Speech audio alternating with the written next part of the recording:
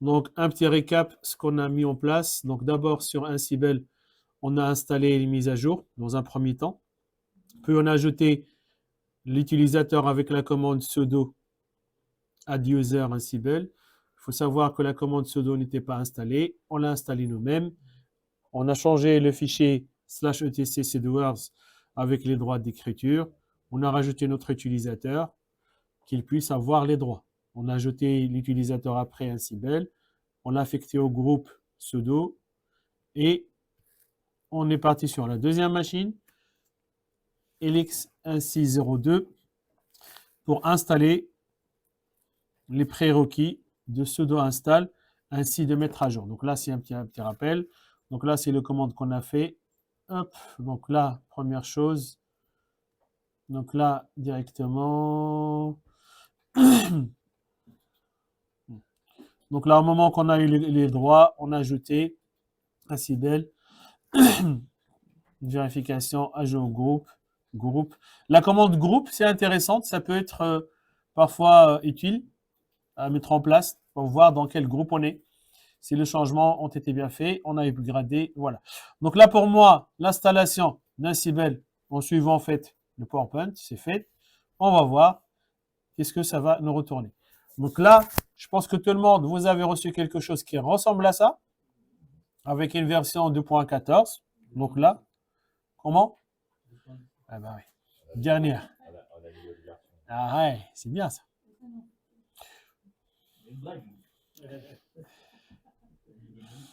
Très bien. Donc là, c'est installé. Alors maintenant, on va retourner à la configuration de notre utilisateur parce qu'il faut savoir, comme je disais ce matin, qu'Ansible, elle utilise le protocole SSH avec un utilisateur et un certificat pour se connecter directement sur ces machines cibles ou sur ces machines clientes. D'accord? Pour cela, on va se mettre d'abord sous notre utilisateur SU-Ansible.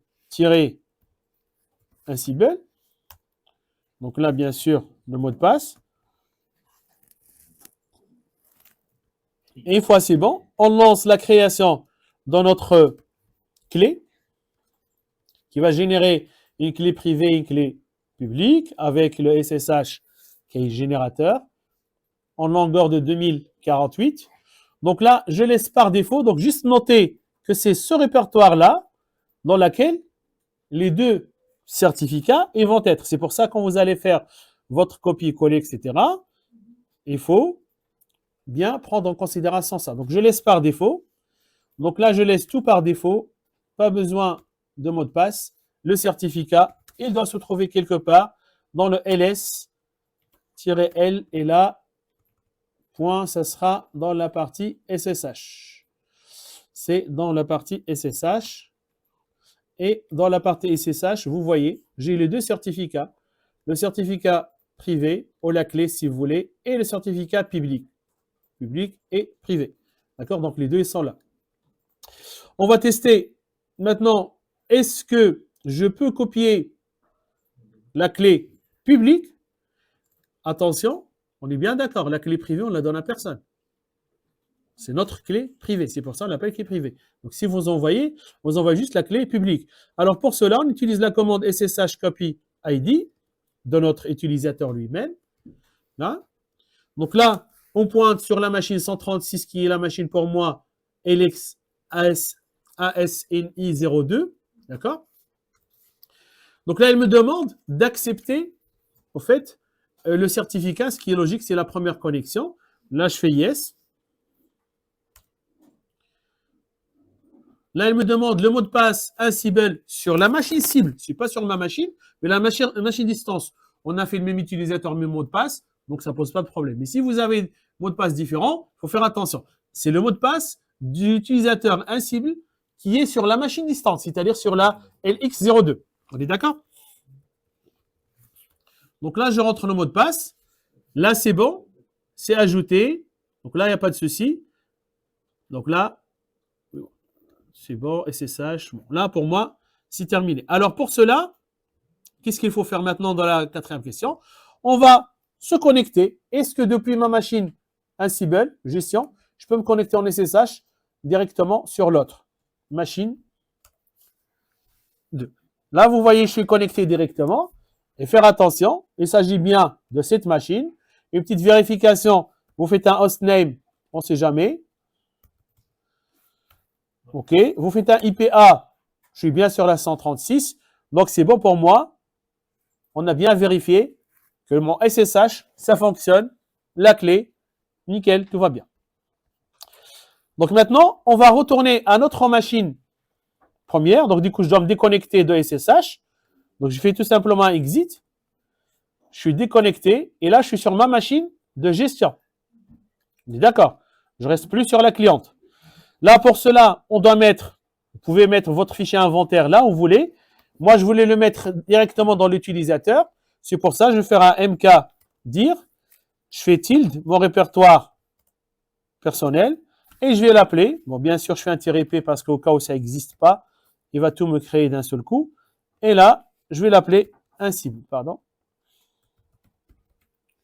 Voilà. I-A-N-E, voilà.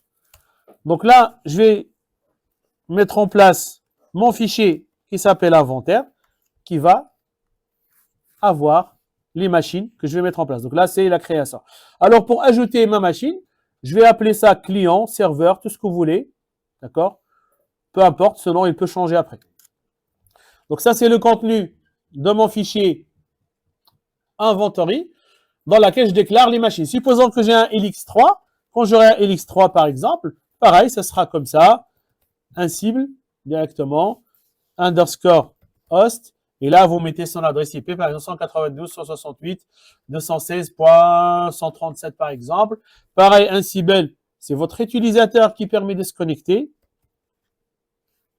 Et c'est l'utilisateur. Si vous voulez rajouter encore d'autres, par exemple, vous allez mettre des web, comme on a dans l'exemple serveur, et là, vous rajoutez web serveur, pareil, vous rajoutez votre ligne comme vous voulez. Bah, supposons que vous avez, par exemple, quelque chose comme ça. Hop, ici. Voilà. Vous pouvez rajouter votre web serveur, vous l'appelez Elex Web 01. D'accord? Bon, bref, ça c'est juste pour montrer. Mais nous, on a besoin juste de les deux premières lignes qui sont là. Donc là, hop, je remonte ici. J'efface tout ce qui est en bas. Vérifiez bien que l'adresse IP est correcte et que vous arrivez à pinguer cette adresse IP parce que sinon, après, on va rentrer dans les debugs. Et voilà. Donc là, je fais enregistrer. Ma machine est enregistrée. Maintenant, on va tester est-ce que j'ai une connectivité entre ma machine de management Ansible 01 vers ma machine Ansible 02 qui se trouve dans l'inventaire. Donc pour cela, je fais la commande Ansible directement. Je donne le chemin parce que le chemin par défaut c'est le /etc/ Ansible/host qui contient rien. D'accord? Donc moi, pour moi, le chemin, c'est là où je viens de mettre mon fichier inventory. D'accord? Je vais prendre tout ce qui contient. Donc, on a les trois mots-clés, soit un host, soit un groupe de hosts, soit all, tout. Donc là, pour moi, je prends all, on n'a pas grand-chose, et je vais appliquer le module ping, qui est un module bien déterminé par Ansible.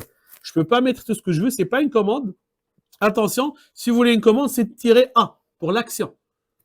M, c'est pour le module.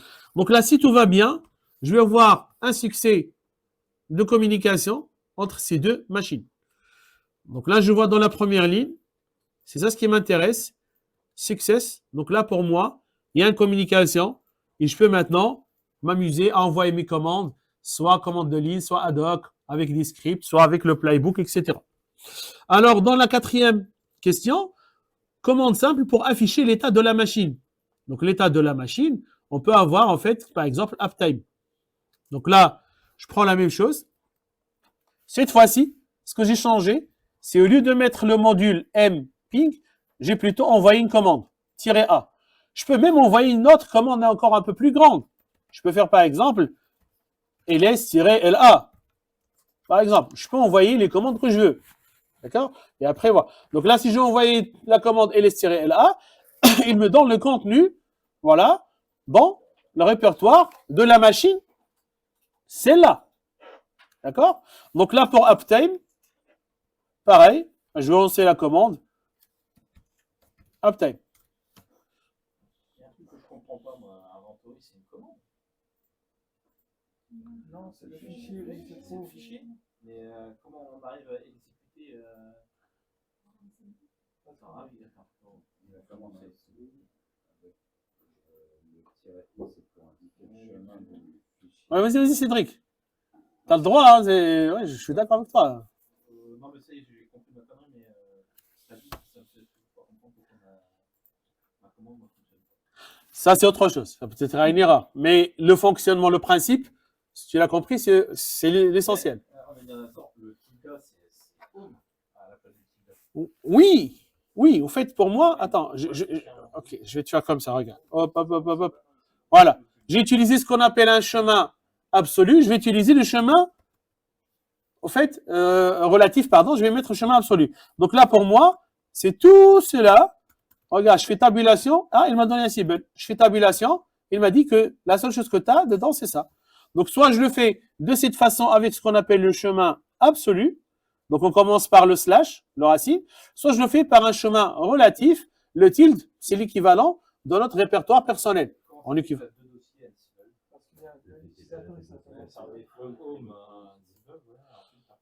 Ouais. Ça, c'est l'utilisateur. Et ça, c'est le répertoire. De toute façon, sinon, on peut le changer ici. Hein, on peut faire file après, il n'y a pas de problème. D'accord?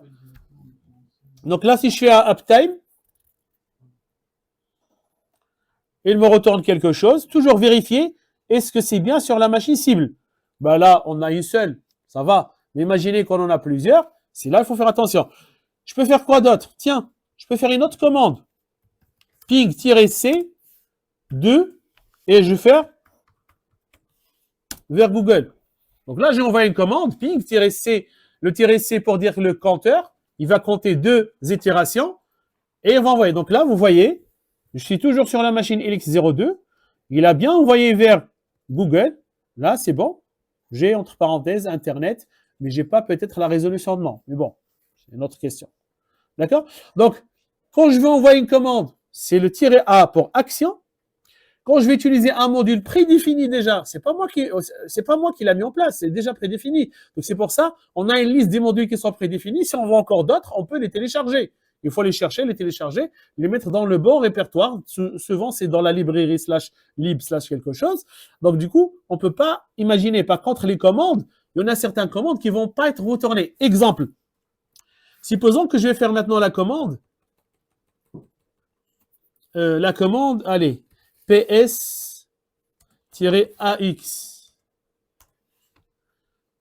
Ou peut-être non, il va me retourner ça. Je vais mettre top. La commande top. Essayez de faire une action vous aussi avec la commande top et dites-moi si ça vous retourne quelque chose. Et pourquoi? Si oui, pourquoi? Sinon, pourquoi?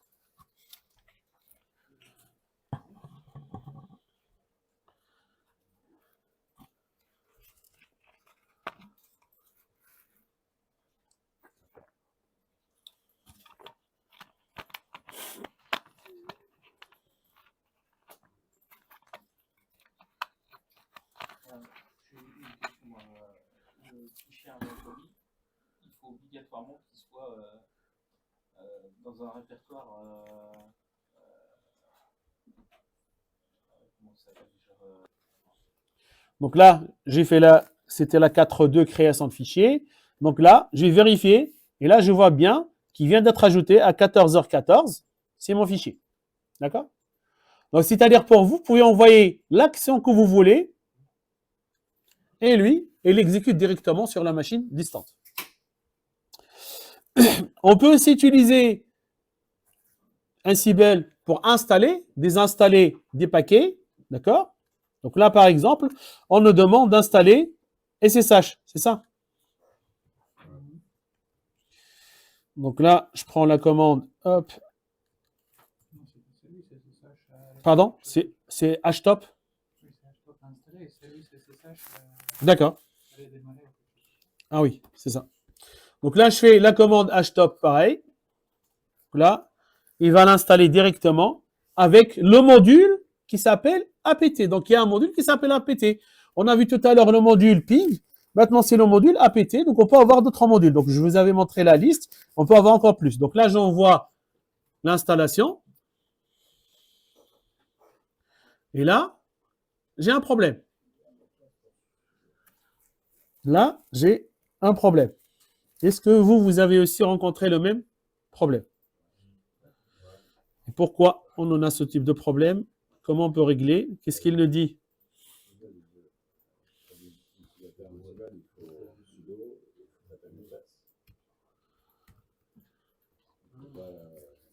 C'est-à-dire, il faut...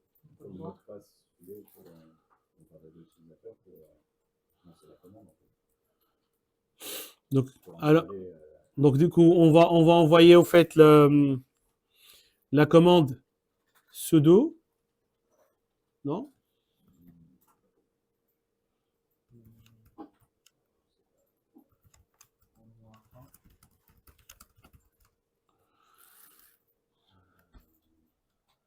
La question qui se pose, est-ce qu'on peut, tant qu'utilisateur, d'être épargné à chaque fois qu'on veut faire la commande sudo, de taper notre mot de passe? Bon.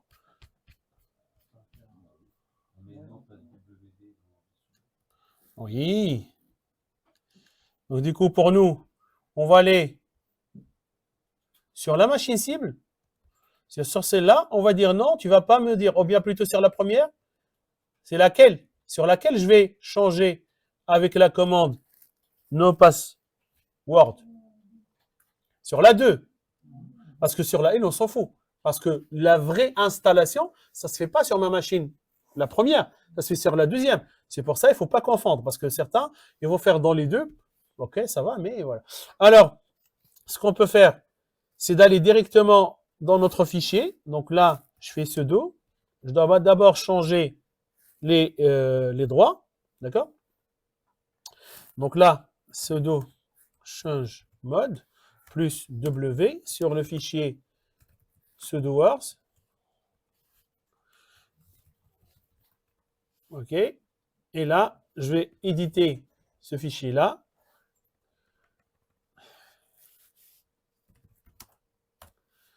Et voir, est-ce que j'ai quelque part sudo.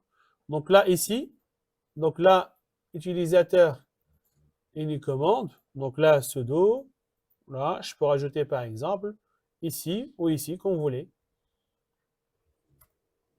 Notre utilisateur, c'est un cible. D'accord? Donc là, il peut faire pareil, c'est la même chose. All. La même chose. C'est juste no pass wd 2.all. D'accord? Donc c'est la même chose qu'on a dans les autres lignes. C'est juste, au lieu de mettre all ici, on fait no pass wd pour dire oui, je vais le faire, mais sans mot de passe. Et ensuite, si tu te connectes en SSH à la ligne add cible sur cette deuxième station, le fait d'avoir le double password, on ne va pas avoir de demande de mot de passe, justement. En fait, on a utilisé le certificat pour SSH. SSH, il ne va jamais nous demander la question de mot de passe. Ça, c'est éliminé. La deuxième fois, quand on nous demande le mot de passe, ce n'est pas pour l'authentification.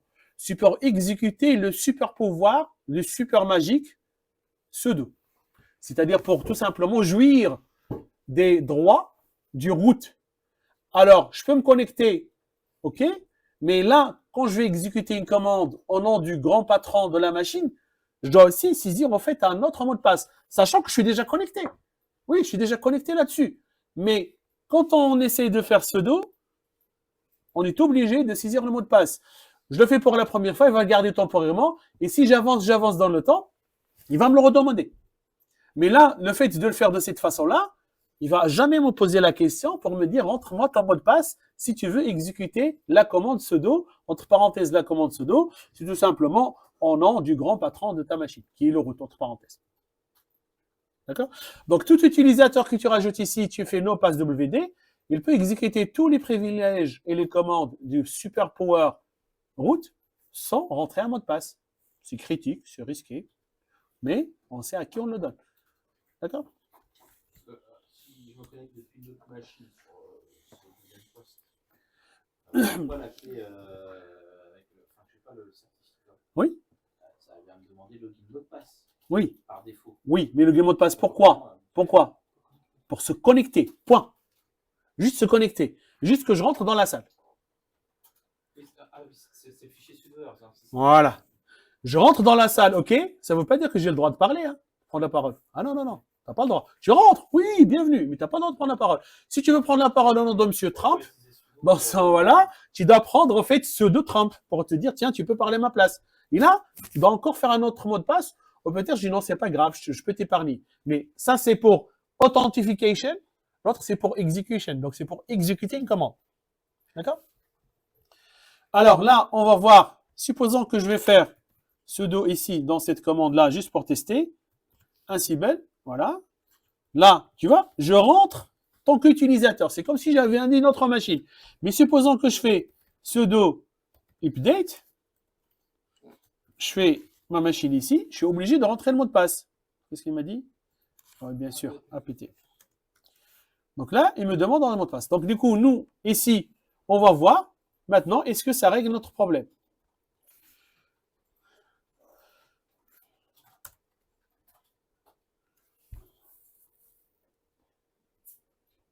Ah, il y a un problème.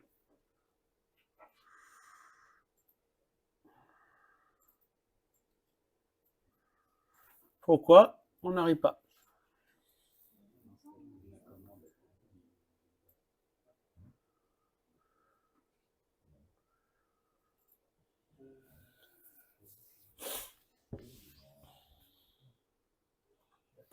Alors là, si je fais sudo -v directement.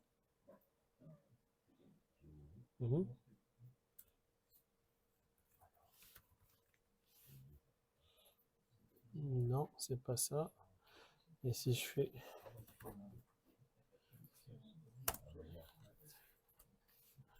Oui. Le V, c'est tout simplement aussi une alternative d'afficher directement en fait le fichier. Mais là, il ne le trouve pas. Alors, donc là, je suis sur cette machine. La question qui se pose, est-ce que le fichier était bien ajouté? Et là, sudo wars. Okay. Non, pas ici.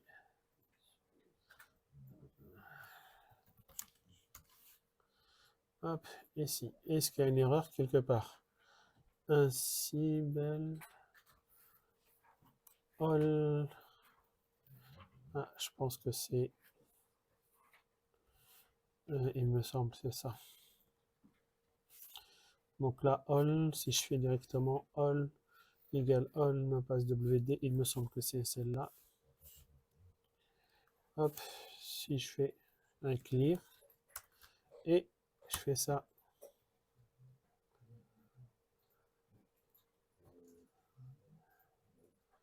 Non, il ne veut pas. Et je dois voir pourquoi. Ça, je vais débugger plutôt après. C'est mieux. Alors, donc là, on a ça. Et après, peut-être configurer de ne pas donner mot de passe. Ben, c'est ça. Hein, c'est plutôt, c'est... Mais pourquoi là, il est bloqué? Alors, qu'est-ce qu'on doit installer comme module? Ah non, c'est pas ça. Non, non, non, non, non, c'est pas ça, c'est pas ça. C'est moi qui ai fait une erreur. Non, c'est pas ça. Je dois faire l'installation.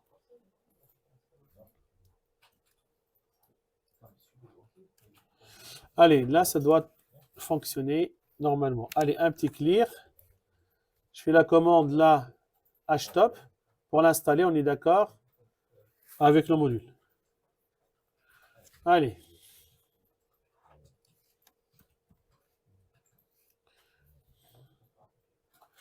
Il n'est pas encore installé. Ah, là, il est installé. Voilà, donc la commande htop, ça veut donc quelque chose qui ressemble à ça, avec des couleurs et tout. Bon, là, franchement, c'est débloqué tout seul, j'ai rien fait de plus. T'as pas aimé, mais bon. Ok. Après, dans l'avant-dernier, c'est le 4-4, avant d'arriver vers le playbook. C'est de redémarrer un service, par exemple, redémarrer SSH. Donc là, je sors d'ici. Hop, ici un petit clear.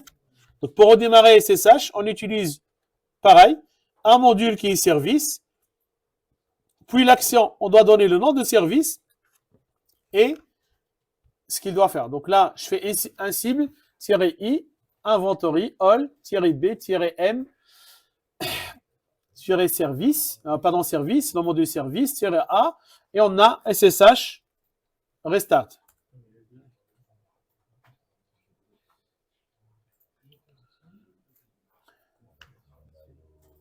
Donc là, il nous a retourné le résultat. Il a bien redémarré le service concerné. Si vous avez d'autres services, vous pouvez aussi les démarrer. Donc là, c'est grâce à la commande qu'on a mis en place. Donc ici, un cible, -i, notre inventory, all pour toutes les machines qui sont dedans. Pour l'instant, on a un seul. -b, c'est pour se connecter avec sudo, avec les droits de sudo, -b. Et le -m, c'est le module choisi ses services, parce qu'on ne peut pas redémarrer un service sans avoir le sudo, étant donné que je suis un utilisateur simple. Le nom de mon service et l'action à faire qui est restart. Donc là, c'est par rapport à cette partie.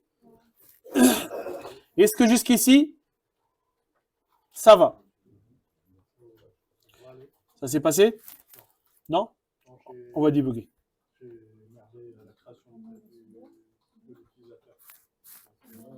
Ça marche. Alors, là, on va mettre en place un fichier dans le langage YAML. OK? C'est celui-là. Non, c'est celui-là. Donc, pour cela, je fais un clear. Donc là, en utilisant nano,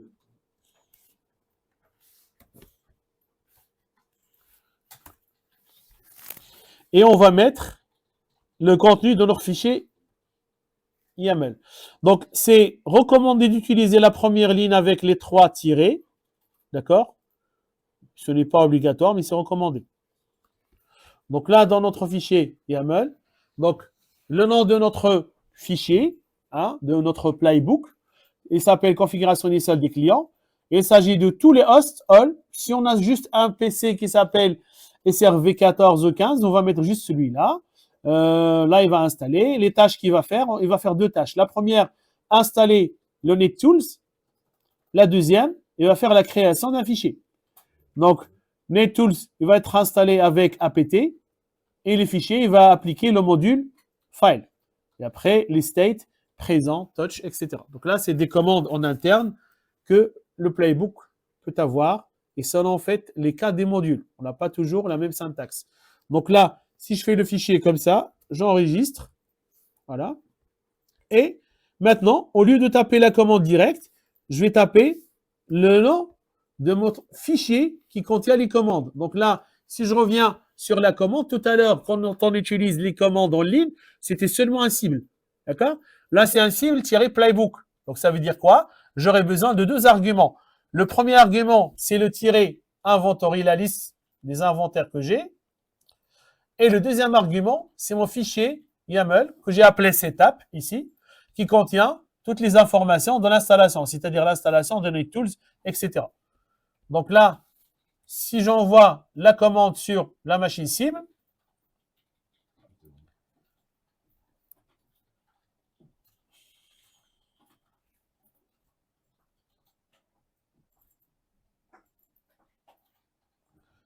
donc création de fichier test, donc là, installation, changed, c'est bon, fichier test, il m'a fait le récap, il a fait 3 opérations, 2 qui étaient changées, c'est-à-dire le premier statut de NetTools, il n'était jamais installé, donc il a été installé. S'il était déjà installé, ça ne sera pas pris en compte. Il n'y a rien qui était filed, c'est ça ce qui m'intéresse, d'accord? Et voilà, rien n'était ignoré. Donc maintenant, pour vérifier si tout va bien, je peux, par exemple, envoyer sur l'action la commande suivante qui s'appelle, tac, tac, tac, tac, la commande, modèle, c'est pas service, mais, ou netstat, exactement. C'est la commande netstat, -tlpn, si vous voulez. Comme ça, il va m'afficher T pour TCP, L pour listening, P pour number. Donc, là, c'est tous les ports TCP qui sont en écoute. Si je veux faire U du P, ça sera ULPN. D'accord?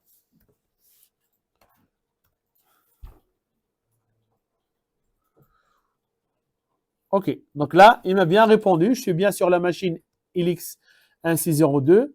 Et les ports qui sont ouverts là-bas, c'est SSH.